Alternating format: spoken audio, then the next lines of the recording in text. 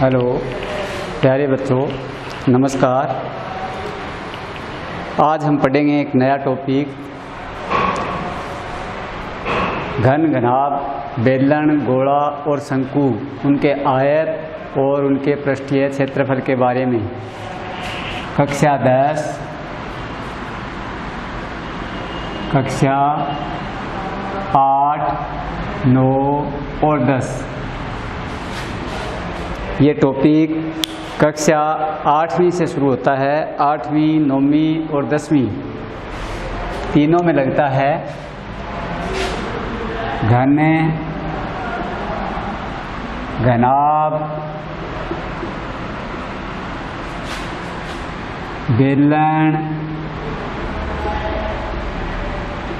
गोला।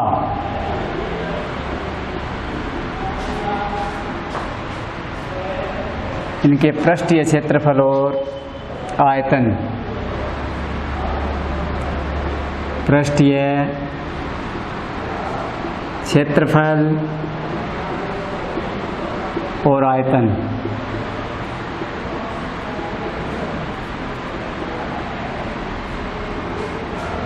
आठवीं में घन, घनाभ और बेलन लगता है और 9वीं 10वीं में ये चारों टॉपिक लगते हैं, घन, घनाभ, बेलन और गोला। ये सभी हमारे दैनिक जीवन में काम आने वाले वस्तुएं हैं, जिनका क्षेत्रफल कैसे निकलेगा और इनका आयतन कैसे निकाला जाता है, इसके बारे में हम अध्ययन करेंगे।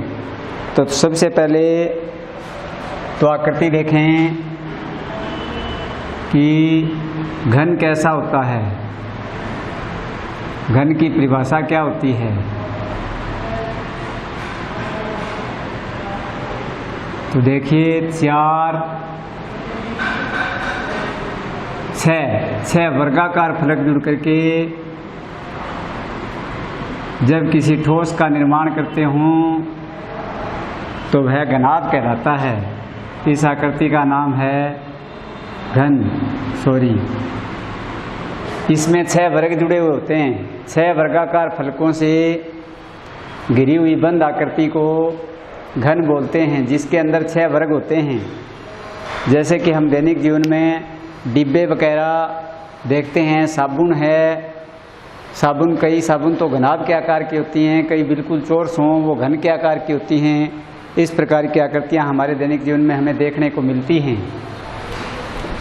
तो ये जो आकृति है, जिसमें 1, 2, 3 और 3 इनके सामने वाले 6 फलक होते हैं, जो 6 के 6 फलक वर्ग के आकार के होते हैं और किनारे होते हैं इसमें 1, 2, 3, 4, 5, 6, 7, 8, 9, 10, 11 और 12 किनारे होते हैं, 6 फलक होते हैं और बिंदु होते हैं ये 1, 2, 3, 4, 5, 6, 7 और 8 बिंदु होते हैं। यानी 8 बिंदु होते हैं जहाँ पर किनारे इसके मिलते हैं। 12 किनारे होते हैं और 6 फलक होते हैं।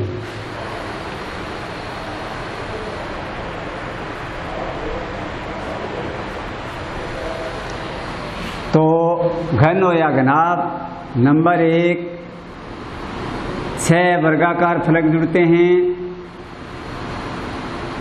6 वर्गाकार फलकों से घिरी बंद आकृति को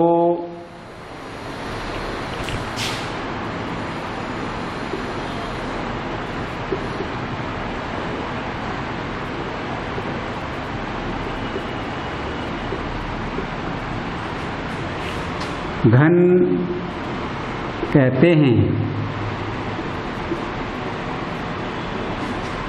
नंबर 2, घन में 12 किनारे होते हैं।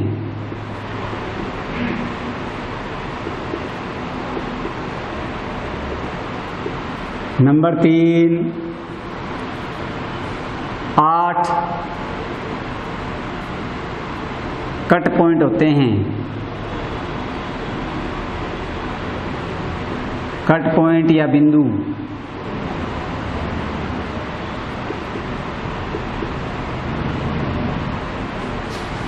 तो चाहे घन हो चाहे घनाभ हो, उसमें 12 किनारे होते हैं, 8 कट पॉइंट यानी बिंदु होते हैं, और घन के अंदर 6 वर्ग जुड़ते हैं और घनाभ के अंदर 6 आयत जुड़ते हैं।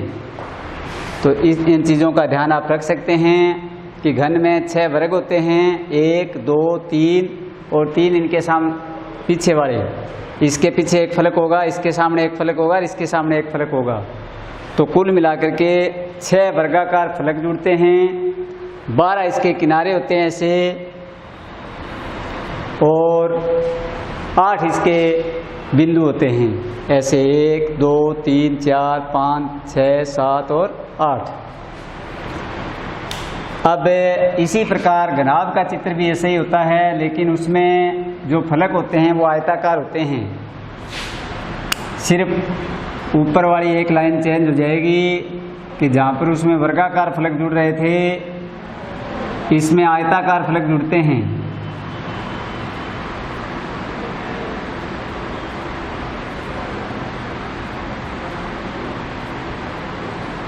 इस प्रकार से ये जो आकृति है, इसमें 6 वर्गाकार की जगह 6 आयताकार फलक हो जाते हैं। 6 आयताकार,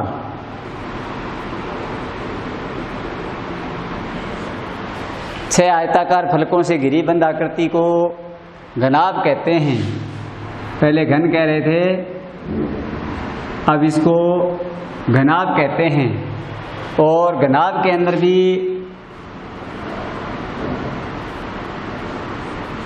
घनाभ में भी 12 किनारे होते हैं और 8 बिंदु होते हैं। किनारे 12 ही होते हैं और बिंदु 8 होते हैं। 1 2 3 4 5 6 7 8, ये जो किनारे हैं इनकी संख्या घनाभ हो या घन हो उसमें 12 होती है।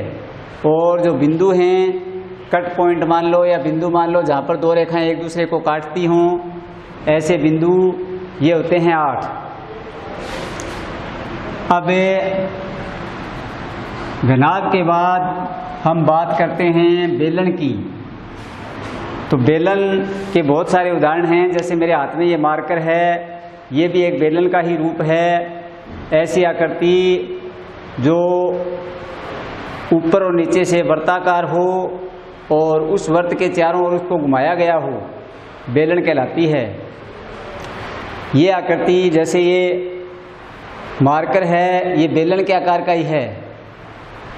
अब इसका क्षेत्रफल कैसे निकलेगा और आयतन कैसे निकलेगा, ये हम पढ़ेंगे। और गोला, गोले के बहुत सारे उदाहरण हम देखते हैं। कांच की गोली है, फुटबॉल है, वॉलीबॉल है, और भी बहुत सारे उदाहरण मिल जाएंगे देखने को दैनिक जीवन में हमें, जो गोले के आकार के हों। तो आज हम पढ़ने जा रहे हैं इनके क्षेत्रफल और आयतन के बारे में, कि इनका क्षेत्रफल कैसे निकलता है और इनके आयतन कैसे निकलते हैं। तो पहले सूत्र लिखें। घन का संपूर्ण पृष्ठीय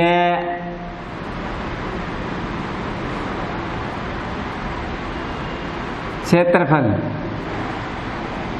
तो थोड़ी देर पहले ही आपको बताया कि इसके अंदर 6 वर्ग होते हैं। एक वर्ग का क्षेत्रफल होता है भुजा की स्क्वायर। तो 6 समान वर्ग इसमें होंगे।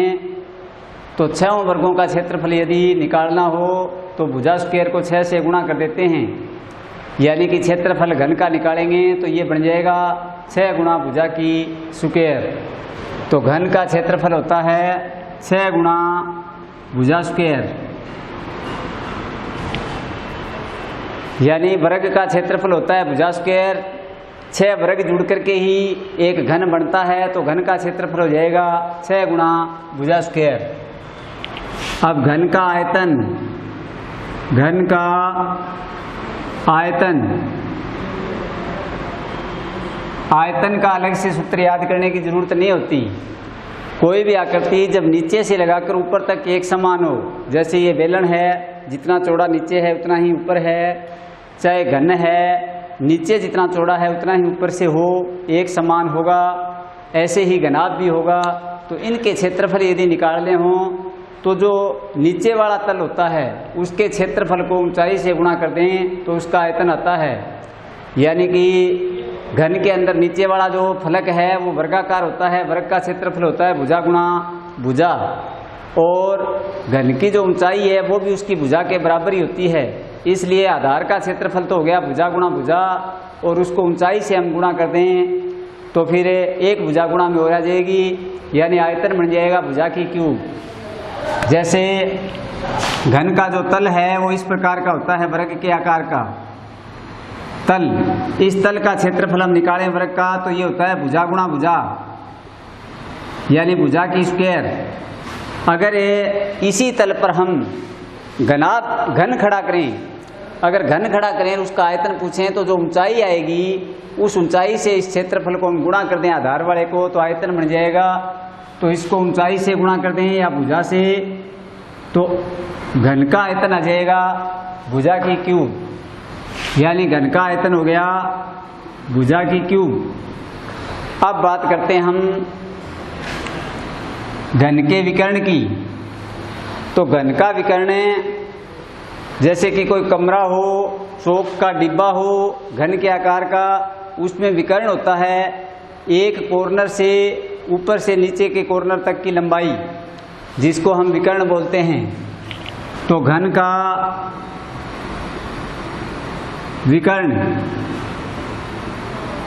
विकर्ण ज्ञात करने का सूत्र हो गया भुजा रूट 3। ये 3 सूत्र घन के अंदर लगते हैं। तीनों सूत्र अच्छी तरह से याद करने हैं और इनको लिखने हैं। अब बात करते हैं हम, ये तो घन की बात हो गई, अब बात करेंगे घनाभ की। तो घनाभ का संपूर्ण पृष्ठीय क्षेत्रफल,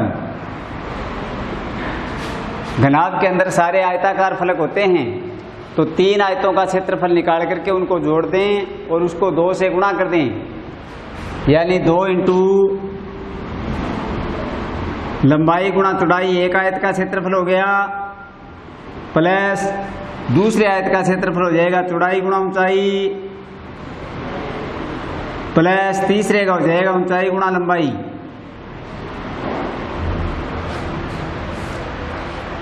ये हो गया घनाभ का पृष्ठीय क्षेत्रफल। ये 3 आयतों के क्षेत्रफल हैं, लंबाई गुणा चौड़ाई, चौड़ाई गुणा ऊंचाई, ऊंचाई गुणा लंबाई, तीनों का जोड़ करके उसको 2 से गुणा कर दिया तो 6 आयतों का क्षेत्रफल हो गया। और 6 आयत जुड़ करके ही हमारे घनाभ की रचना होती है। घनाभ का आयतन, तो आयतन के लिए बताया था जो आकृति नीचे से ऊपर तक एक समान हो तो आधार के क्षेत्रफल को ऊंचाई से गुणा करना होता है। अब घनाभ का जो तल है या फर्श जो होता है नीचे का वो आयताकार होता है और आयत का क्षेत्रफल होता है लंबाई गुणा चौड़ाई। तो लंबाई गुणा चौड़ाई ये आधार का क्षेत्रफल हो गया। इसको अगर हम ऊंचाई से गुणा कर दें तो ये आयतन हो गया, यानी घनाभ का आयतन आधार के क्षेत्रफल को ऊंचाई से गुणा करते ही आयतन हो जाता है। इसके बाद घनाभ का विकर्ण, घनाभ का विकर्ण, तो विकर्ण ज्ञात करने के लिए सूत्र है रूट लंबाई की स्क्वायर चौड़ाई की स्क्वायर प्लस ऊंचाई की स्क्वायर। अब देखिए लंबाई को L बोलते हैं, चौड़ाई को V और ऊंचाई को H। तो इन सूत्रों को हम ऐसे भी लिख सकते हैं जैसे ये सूत्र है क्षेत्रफल का 2 गुणा लंबाई गुणा चौड़ाई प्लस चौड़ाई गुणा ऊंचाई प्लस ऊंचाई गुणा लंबाई। इसी सूत्र को हम ऐसे भी लिख सकते हैं 2 इंटू LB BH HL। और जो ये सूत्र है हमारा लंबाई गुणा चौड़ाई गुणा ऊंचाई, तो लंबाई की जगह L है, चौड़ाई की जगह B और ऊंचाई की जगह H लिख सकते हैं। यानी उस सूत्र को हम लिख सकते हैं LBH। और ये जो सूत्र है इसको हम लिख सकते हैं L² plus B² plus H² और इसका रूट। और जो भुजा है ऊपर घन की उसको A संकेत दिया जाता है, भुजा को A से संकेत में लिखा जाता है। तो 6 गुणा भुजा स्क्वायर है, इसको हम लिख सकते हैं 6A²। ये जो है इसको लिख सकते हैं A³। ये जो सूत्र है इसको लिख सकते हैं A√3। तो ये संकेत के रूप में सूत्र लिख दिए मैंने। और ये लिख दिए हिंदी में, लंबाई इंटू चौड़ाई की जगह लिख दिया LB, L लंबाई चौड़ाई B। तो इनको ऐसे भी कई जगह ऐसे लिखे हुए मिलते हैं, ये आप देखेंगे तो कुछ जगह पर ऐसे लिखे हुए मिल जाते हैं, इसलिए इनको अच्छी तरह देख लें। कोई दिक्कत हो तो पूछ सकते हो। इसके बाद घनाभ के अंदर कई बार क्या होता है कि जैसे किसी कमरे में सफेदी वगैरह करवानी हो तो वहाँ पर जब क्षेत्रफल निकालना हो तो छत में और फर्श में सफेदी नहीं करवाते, सिर्फ 4 दीवारों पर सफेदी करवाने के लिए बोला जाता है क्वेश्चनों में। इसलिए चारों दीवारों का भी क्षेत्रफल है एक, चारों दीवारों का क्षेत्रफल ज्ञात करने के लिए सूत्र है एक 2 गुणा ऊंचाई लंबाई प्लस चौड़ाई, 2 गुणा ऊंचाई लंबाई प्लस चौड़ाई। ये है चारों दीवारों पर जब किसी घनाभकार कमरे में चारों दीवारों पर कोई कागज चिपकाना हो या उन पे कलर करना हो तो इस सूत्र का प्रयोग किया जाता है। अब देखते हैं हम, आगे है हमारे पास बेलन। बेलन देखिए, वैसे तो मैंने आपको आकृति दिखा दी कि इस प्रकार की आकृति होती है बेलन, लेकिन चित्र में अगर हम देखें तो इस प्रकार की आकृति बेलन होती है।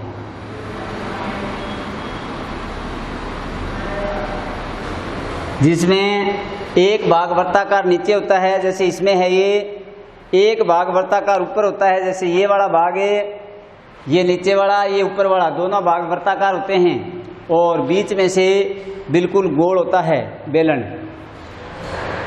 अब बेलन के अंदर यदि हम ये भाग और इसका ये भाग, ये दोनों हटा करके बीच वाले भाग को वक्र पृष्ठ बोलते हैं। इसका जो बीच का भाग है उसको हम बोलते हैं वक्र पृष्ठ। और अगर ये भाग साथ में जुड़ जाए तो पूरा बेलन होता है, और इस पूरे बेलन को हम बोलते हैं संपूर्ण पृष्ठ बेलन का। तो बेलन के क्षेत्रफल में 2 सूत्र लगते हैं।